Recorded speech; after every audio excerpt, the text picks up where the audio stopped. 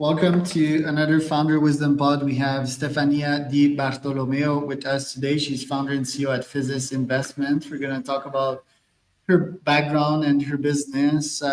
She's a top 100 climate leaders, inspiring fintech founder, and women in fintech power list in Boston. I'm in Oaxaca, Mexico. This podcast is brought to you by podper.com. If you want to start your podcast, monetize it with the help of AI, get paid by YouTube AdSense, get sponsors, and get lead generations from your pod, you can go to podper.com. We have a free ebook showing you how to do that. Steph, welcome to the pod. Tell me a bit more about yourself and what you're up to today. Hi, Charles. So happy to be here today. Thank you for that introduction. Yes, I always say I'm a tree hugger in finance. So I have this passion of bringing sustainability into the financial industry, assessing investment with a different lens. And this passion of mine have given me the opportunity to be early on in my career one of the first and youngest impact fund managers in Europe. And doing that work, I came across a challenge. I didn't have access to enough information to really make informed decision. So I said, why don't I build a company that brings a new level of transparency into the industry? And that's how my startup journey started, with an idea as a fund manager and with a passion that combined finance and sustainability. And a few years later now here in the game, I have been recognized for, I would say, my obsession, my obsession to bring technology, my obsession to make sure that this technology is really put of service to build a better planet for us all. And so I've been recognized as a climate leader, as a fintech leader, and I would say probably also for another passion of mine, that is to not just build, but also to create a new way of doing business. And that starts from how you build relationship with one another.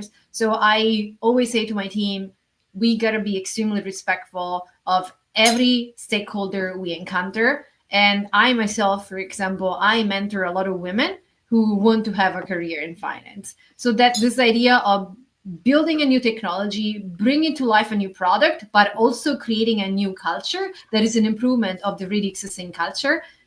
It's what we really stand for here at Physis today. I love that. Let's start with the tree hugging part. How did you become a tree hugger? I that's a definition. I don't think I have become. I have been always one. So I grew up in the south of Italy in a small village called Vallo, that it's in the heart of a national park. So as I grew up, I was surrounded by nature. And I just built this inner respect of protecting the environment, this motivation of making sure that the planet we live on doesn't get and keep being polluted by us. That just isn't reasonable. And so I had this, it just came with me, probably considering where I grew up. And then also my parents have a farm. And so I grew up, surrounded by nature and animals, and learned how to be respectful to them. But then I also had always in mind finance and the world of investing. And I also realized at one point that there was a way for me to combine these two passions, two drivers into my personal life, into a professional life. And so I started thinking, okay, in order for us to do anything that really makes sense, okay, in order for us to avoid to pollute, in order for us to build new product that really can enable people to do new things, we need to invest and we need to put money into that ideas and projects. If we do this with a lens of sustainability, with the lens of building value that is long-term, with a lens of creating value that doesn't kill other values, which can be the planet, it can be also human value, then we have a really great way to build a great future for everybody. And so that's how I started just thinking and combining the two things. But some people ask me if I ever had an epiphany moment. Honestly, I didn't. It was just a building after building after building, like a piece after a piece, and then you combine all of this together. Right. Yeah. And I can understand that when you spend your time in nature, you just understand, right? That you don't need to think about it. You know that without nature, there's no you. I personally had epiphanies, right? Like, or really stronger message that Mother Nature was quite important during psychedelic trips. That's me Oh wow. personally, but yes, like the connection to Mother Earth and so forth. But yeah, it's pretty obvious that we shouldn't burn or house, right? Like without nature, without quality air, quality water. I mean, us humans, we can't do anything. We can go out and succeed, have money, have a quality life. So that's pretty obvious. Second question I have for you is your background, right? It seems that academia has always been important for you. You've been at top universities. I see here first, yeah, Bocconi. Università Bocconi, which is a top one, London School of Economics, and then Harvard. Why was that important for you, and how did you got accepted at Harvard, which is pretty hard feat? Um, well, I'm a big reader. I always read a lot. I love to learn new things.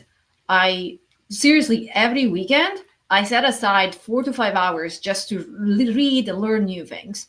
Um, and a school has always been something deep to me, something where I knew I could learn new things, I could bring new ideas, I could find like-minded people who I could share and share knowledge and keep building up on that knowledge.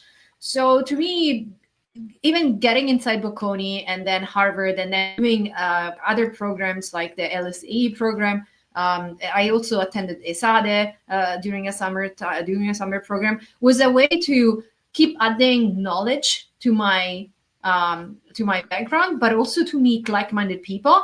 I love confrontation. I mean, we together we can really do something. Alone, nobody can really go anywhere. And that's the same thing even when it just starts with an idea. So what if I'm thinking about something and probably into my head, this is like something amazing. Number one, it's into my head. So I need to start talking to other people, share ideas, understand their feedback. Number two, if I want to put it into something real, can I do it by myself? Of course, no.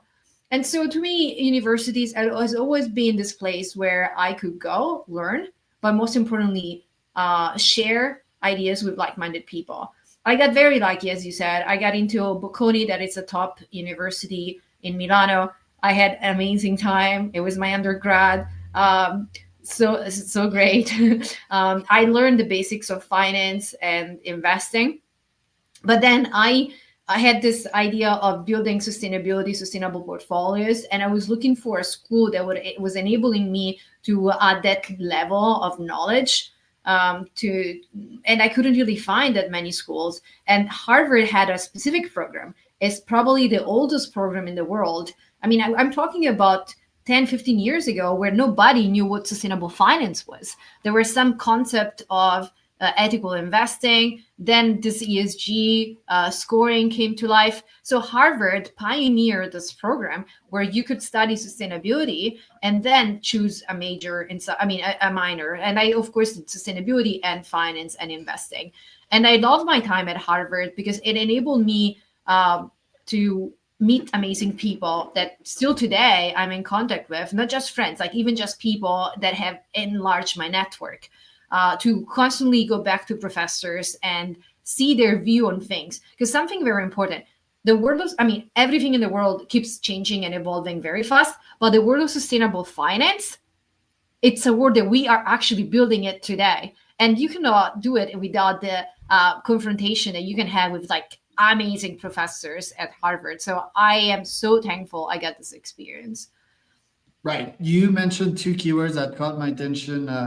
One is like-minded people, right? I like surrounding myself with like-minded people, with people that share similar values and back-end systems, right? They don't need to agree on everything that I say, which brings me to confrontation. But isn't it toxic when you always surround yourself with people that have like-minded opinions? And then the second question is, how do you do productive confrontations with people that think that climate change is not real or that the earth is flat? The word is flat is super funny. When I say like-minded people, I don't say people who think like I do. I say people who have the ability to believe that the better part of us can come out with confrontation. I say when I meet people who have the same passion for knowledge. So that's what I refer to when I say like-minded people. But otherwise, most exciting things always happen when you have to discuss any type of things with somebody who either doesn't believe in your beliefs or has a totally different view. For example, it happened a couple of times that I had to talk to people who don't believe in climate change. Okay. And I was like, okay, so let's start with this. And I start telling them, do you believe we pollute? Okay. Do you believe that the air quality in New York is poor? Have you gone swimming anywhere in the ocean? And have you found plastic? And all of those questions, people are like, yes, yes, yes. Okay, great. And so after that, you make them realize that this is all human creation, and it's not okay. You tell them all the negative effect, and then you take them into the reality of greenhouse gas emission being produced by humans and how this actually affect the environment. So it's a little bit of an educational step sometimes when it comes to people who, in this case, don't believe into climate change. But this is what I see it. If they are like-minded in the sense that they are open-minded, then they will listen to you, and they will probably even change their idea. What it means, they didn't just have the knowledge that, in this case, I have built due to my passion for sustainability or the environment. So in many ways, never get discouraged even if somebody doesn't believe in what you do, and take that as an opportunity to improve the way you can influence somebody, improve the way you can educate somebody. And then it's okay. Sometimes people follow you, some other times people don't. The good thing is, as today, as you know, Charles, everybody believes we are polluting like crazy. Everybody believes that the way we are building our economy is not going to be sustainable for the next 1, 2, 3 decades. And so we got to act, we got to change, we got to do something. And this is already happening, from the way we're buying a product when we go to the supermarket to the way we are investing in a company. Yeah, I like that.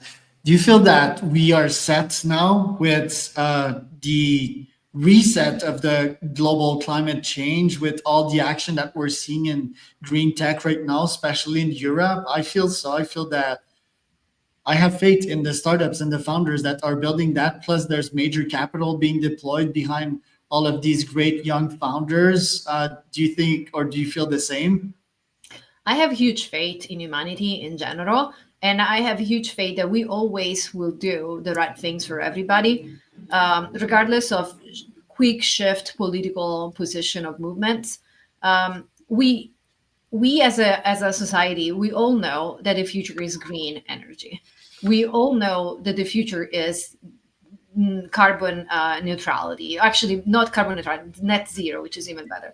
And I have seen so many, even just over the last few months, so many ideas, so many startups, so many early stage companies developing literally the next evolution of everything that we do, everything we're surrounded by, that I cannot not have faith. Absolutely. And I also believe that, for whatever reason, this is also a bit of a generational shift. So as we millennials are getting more and more into decision making position, we're gonna speed it up even more, this transition towards sustainable economy. You feel that us millennials were also susceptible to being future gerontocrats, or change is more instilled in us, while boomers, change was not really in their mind? Yes. For whatever reason, boomers believe less in the need of change, probably because they have been a generation extremely um, where everything was like a little easier compared to us, where everything came handy. And, by the time they were 30, they had the first house, the second house. So it was a totally different environment. And and they still keep that totally different mindset. Um, and also probably the world when they were growing up was changing way less. So we have grown up into a world that every 2 or 3 years, because of a new technology development, was completely changing.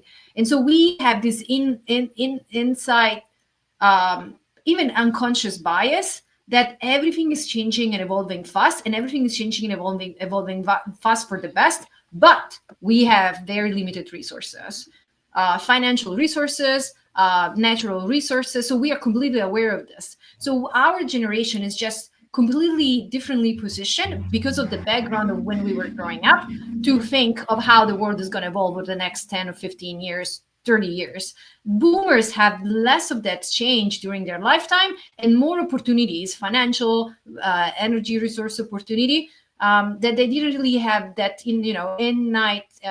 insight need for seeing things differently. And somehow they keep having that bias. And I sort of like what you're onto with Physis. You're putting money behind your words, right? Well, historically, there were tree huggers in Greenpeace disrupting people and pissing people off. Like, do you think that's still effective, people protesting, or should it be more a game that is won with money and power? I have never been a huge believer that protesting changes everything. Um, you need to feel the responsibility of contributing with your own work to build a better society. Okay, so we all need to feel that little responsibility with your work, but even just with your day-to-day decisions. That's what I really believe makes a big difference. Now we can contribute a little bit, or we can make big things happen. It depends on the sense of responsibility or the skills that everybody has. I have found my niche of obsession, as I said, sustainable finance. And inside this niche, I have found the things that I knew I could contribute the most, which is bringing data, bringing transparency into the industry, enabling investors to really get an assessment of the companies they're investing or the portfolio they have invested in. There is so much that needs to be happening besides the little space that we are covering today. And if I can say, my ask to people will be: find your area of obsession, feel the responsibility of being a leader in that niche area, and make change happen. That's how we can really build a better society. Then if you want to go every now and then and protest on the street, do that, but doesn't really change much. And also, what is this feeling of the satisfactory feeling after you come back and you've been on the street protesting? I don't think much. Yeah, other than having like problem breathing and a couple of bruises. Um, yeah, the impact is not so much. You're just pissing people off, like here in Oaxaca, they bring protests to the streets and they block the full traffic every week. And I think people are just pissed by that. I think it's, like you said, way more efficient to have money invested in the cause, have power, have skin in the game, and build something useful, right, for people, a product that our citizens will use, and use the capitalistic system to your favor. Where can people find out more about you, Steph? Come to our website. You will understand more about the product and who we serve. We provide information to asset managers and wealth manager, financial analysts that need to assess investment opportunities of their investments, and they want to go a step ahead of simply financial data. Our website is physisinvestment.com, PHYSIS investment.com. And you can also reach out to us using the email that you find on the website. Always very happy to share ideas, discuss other business opportunities with people. That was Stefania Di Bartolomeo and Charles Cormier for